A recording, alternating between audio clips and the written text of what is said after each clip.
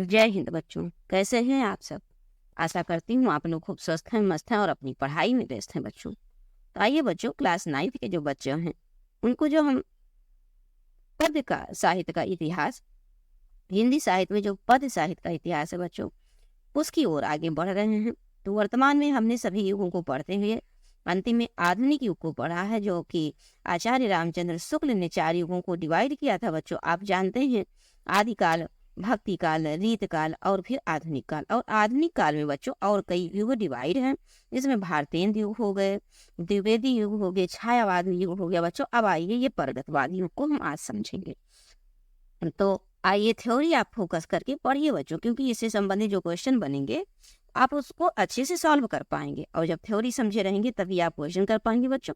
और इसमें से आपके परीक्षा में कम से कम 4 या 5 नंबर के क्वेश्चन गद्य साहित्य से और 4 या 5 ही नंबर के क्वेश्चन पद्य साहित्य, कुल मिला के 8 या 10, 8 नंबर या 10 नंबर के क्वेश्चन बनेंगे आपके परीक्षा में। और बहुत ही आसान रहेगा बच्चों। आप थ्योरी सिर्फ समझ लीजिए, क्वेश्चन आंसर को देख लीजिएगा और निरंतर थोड़ा थोड़ा बीच बीच में रिवीजन करते रहिएगा बच्चों। पूरे क्वेश्चन को आप सही सही करके आएंगे। तो आगे बढ़ने से पहले छोटी सी रिक्वेस्ट बच्चों कि चैनल को आप सब्सक्राइब अवश्य कर लें, वीडियो को लाइक भी करें, अपने फ्रेंड सर्कल में से शेयर करने का प्रयास भी करें। और बच्चों, आप जुड़े हुए हैं लक्ष्य हिंदी क्लास किरण मैम के साथ बच्चों। इस चैनल के माध्यम से हम आपको निरंतर कक्षा 9 से लेके 12 तक, 9, 10, 11 और 12, ये 4 क्लासेस को बच्चों जो हिंदी विषय है संपूर्ण पाठ्यक्रम को आपको प्रोवाइड कर रहे हैं डे बाय डे निरंतर। आप इसी प्रकार से बच्चों, ये उद्देश्य है कि हमारा समय से पहले आपके फाइनल टर्म के एग्जाम से पहले पाठ्यक्रम कंप्लीट हो। और दूसरी सबसे बड़ी बात बच्चों, आप में निरंतरता बने। जब आपको रोजाना वीडियो मिलेंगे तो आप किसी बहाने उसको थोड़ा थोड़ा देखेंगे और इस प्रकार से आपके अंदर रोजाना पढ़ने की निरंतरता बनेगी बच्चों। हिंदी विषय को अन्य विषय के साथ आप हिंदी विषय को भी लेके चलिए। तो चलते हैं बच्चों, हम प्रगतवादी युग को समझते हैं। बहुत ही अच्छा इसमें है। इसमें कवियों ने जो आम जनमानस है और आम जनमानस के जीवन में जो घटित घटनाएं होती हैं, राजनीतिक समस्या, सांस्कृतिक अवधारणाएं और सारी चीजें जो है बच्चों, वो इस प्रगतिवादी में साफ साफ दर्शाया गया है अपनी कविता और कहानी के माध्यम से कवियों ने। तो देखिए बच्चों, अब हम इसको समझ लेते हैं कि प्रगतिवादी कवियों ने भौतिकवादी दर्शन को अपने काव्य का आधार माना।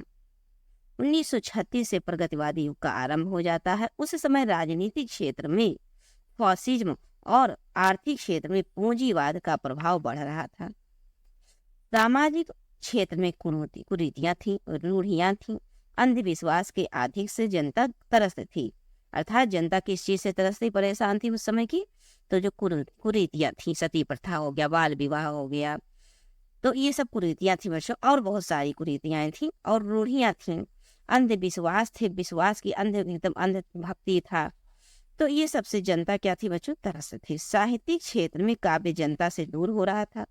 जो साहित्यिक क्षेत्र में जो काव्य है वो जनता से बहुत दूर हो रहा था बच्चों। उसमें वैयक्तिकता की वृद्धि हो रही थी। इन्हीं परिस्थितियों में प्रगतवादी युग का प्रादुर्भाव हुआ। प्रगतवादी कवियों ने छायावाद की सूक्ष्मता और कल्पना की अतिशयता के प्रति विद्रोह किया। वह पुनः हिंदी साहित्य के कवि भारतेंद्र युग की तरह वास्तविकता की ओर लौटे। अब देखिए बच्चों, पहले तो भारतीय युग में प्रारंभ हो गया था बच्चों, वो भारतीय युग में भारतीय हरिश्चंद्र जी ने जो वास्तविक मानव के जो जीवन में घटित वास्तविक घटनाएं थी उनको अपनी कहानी, नाटक, कविता के माध्यम से उन्होंने प्रस्तुत किया। किसने? भारतेंद्र हरिश्चंद्र जी ने। अब आइए बच्चों, वही चीज वापस फिर लौट आया आपका प्रगतिवादी युग में। तो बच्चों यहाँ पर देखिए कि कविता का आधार कार्ल मार्क्स का साम्यवाद बना। रोटी, कपड़ा और मकान की समस्या तथा मजदूरों, किसानों की दयनीय दशा का चित्रण काव्यों के माध्यम से किया जाने लगा। कवियों ने पूंजीवाद के विरुद्ध आवाज उठाई और सीधी सादी अलंकृत भाषा में भावों को व्यक्त किया, अर्थात सीधी सादी सरल भाषा में व्यक्त किया, ताकि आम जनता भी पढ़े और चीजों को समझे। प्रगतवादी कवियों में प्रमुख कवि बच्चों नरेंद्र शर्मा है, प्रगतवादी कवि में रामविलास हैं, सुमंगल सिंह सुमन है, नागार्जुन, केदारनाथ अग्रवाल और रागे राघव त्रिलोचन आदि ये सब कवि हैं बच्चों प्रगतिवादी के। इन सब कवियों को हम आपको ट्रिक के माध्यम से एक अलग वीडियो बना के प्रोवाइड करेंगे बच्चों। सारे अलग अलग जो काल हैं, युग हैं, उनकी कवियों को ट्रिक के माध्यम से आपको याद करवा देंगे।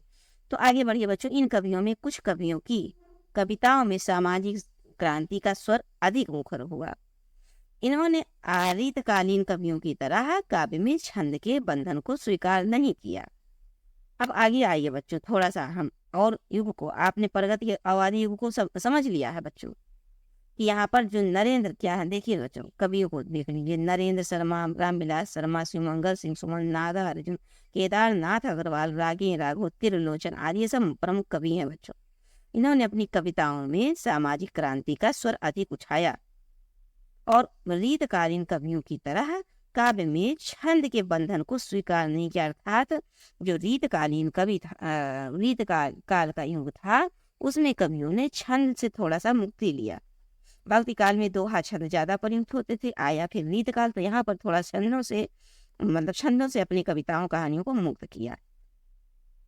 अब देखिए बच्चों, हम प्रयोगवादी कवि में युग में आ जाते हैं। प्रयोगवादी युग 1943 से 1949 तक चलता है। फिर उसके बाद बच्चों आ जाता है 49 के बाद आज़ादी हो जाती है 1947 से, तो नई मतलब स्वातंत्र युग शुरू हो जाता है।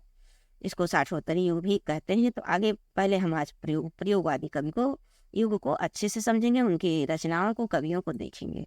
देखिए बच्चों, 1943 में आज्ञे जी ने, जे के नेतृत्व में, आज्ञे हीरानंद, सच्चिदानंद हीरानंद, वात्स्यायन आज्ञे की बात हो रही है बच्चों। मोस्ट इम्पॉर्टेंट ये कवि हैं आपके परीक्षा की दृष्टि से।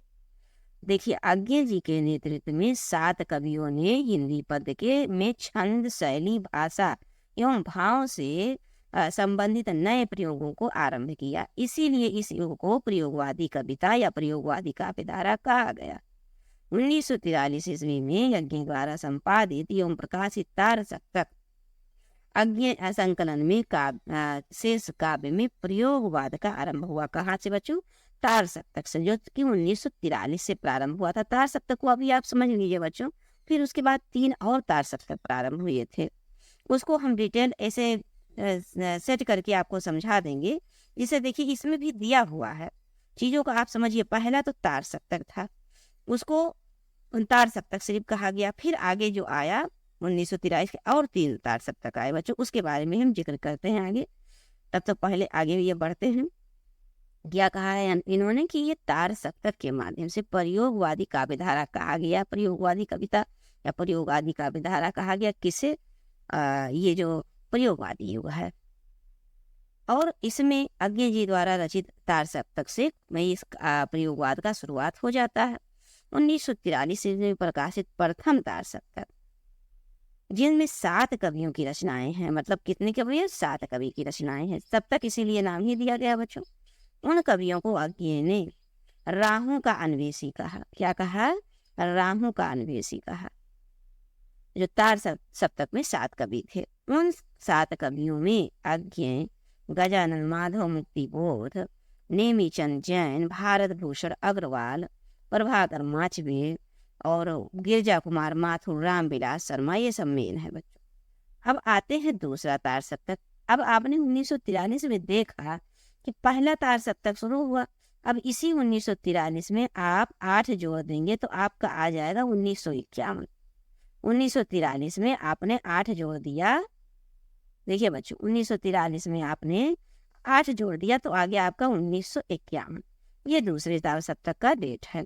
तो देखिए बच्चों, 1951 में प्रकाशित द्वितीय तार सप्तक में भवानी प्रसाद मिश्र, शकुंतला माथुर, हरिनारायण व्यास, शमशेर बहादुर सिंह, नरेश मेहता और रघुवीर सहाय और धर्मवीर भारती बच्चों, ये सब कवि रहे हैं। अब आता है तीसरा तार सप्तक। इसमें फिर 8 जोड़िए। 1951 में 51 में 8 जोड़ेंगे तो कितना होगा? 1959 नहीं होगा। 8 जोड़िए तो आता है आपका तृतीय तार सप्तक। कौन सा तार सप्तक बच्चों? तृतीय तार सप्तक। ये आपका द्वितीय है और ये आपका तृतीय तार सप्तक है।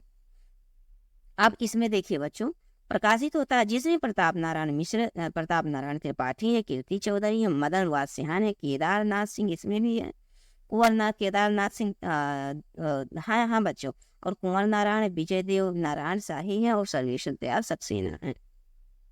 और प्रयोगवाद के समर्थन में कुछ पत्र पत्रिकाएं भी प्रकाशित होने लगी।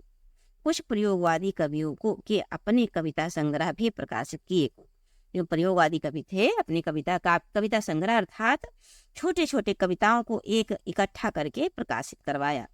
अज्ञे जी द्वारा रचित हरि घास पर क्षण भर, सुनहरे शैवाल और इंद्रधनुष रौंदे हुए आंगन के पार द्वार बच्चों, भवानी प्रसाद मिश्र द्वारा रचित गीत फरोश, खुशबू के शिलालेख, गिरजा माथुर की धूप के धान, गिरजा माथुर के हैं, शिला पंख चमकीले, और धर्मवीर भारती के बच्चों ठंडा लोहा, कनुप्रिया, ये सब प्रसिद्ध ग्रंथ रहे, प्रसिद्ध रचना रही बच्चों। तो अब थोड़ा सा हम और प्रयोगवादी के बारे में जानते हैं बच्चों कि प्रयोगवादी कविता ने हिंदी काव्य को नई सशक्त भाषा प्रदान की और इस धारा के आगमन ने हिंदी साहित्य की अभिव्यंजना शक्ति में भी वृद्धि की। इन कवियों ने भाषा और शिल्प के क्षेत्र में नए प्रयोग किए। उन्होंने साहित्यिक हिंदी के साथ अंग्रेजी, उर्दू, बांग्ला, अन्य आंचलिक भाषाओं के शब्दों के प्रयोग भी किए और इनकी बिंब योजना तथा नवीन उपमानों का प्रयोग इन्होंने किया। लालटेन से नयनदीप, हड्डी के रंग वाला बादल, मजदूरिन की रात आदि इस युग के काव्य की विशेषता रही है बच्चों। तो आइए अब हम आपको मिलते हैं नेक्स्ट क्लास में नई कविता के साथ, जो कि 1950 से प्रारंभ होती है, 1949 तक आपका चलता है प्रयोगवाद, प्रगतिवाद का। आज हमने प्रगतिवाद और प्रयोगवाद को पढ़ा बच्चों, और उनसे संबंधित जो लेखक थे, कवि थे, और उनकी रचनाओं को जाना। अब इसी तरह से आप इसको 2-3 बार देखिएगा बच्चों, और कॉन्सेप्ट और क्लियर तब होगा जब हम इससे संबंधित क्वेश्चन आपको सॉल्व कराएंगे। तो चलिए बच्चों, आज के लिए बस इतना ही। नेक्स्ट क्लास में हम आपको नई कविता की ओर लेके चलेंगे। जय हिंद बच्चों।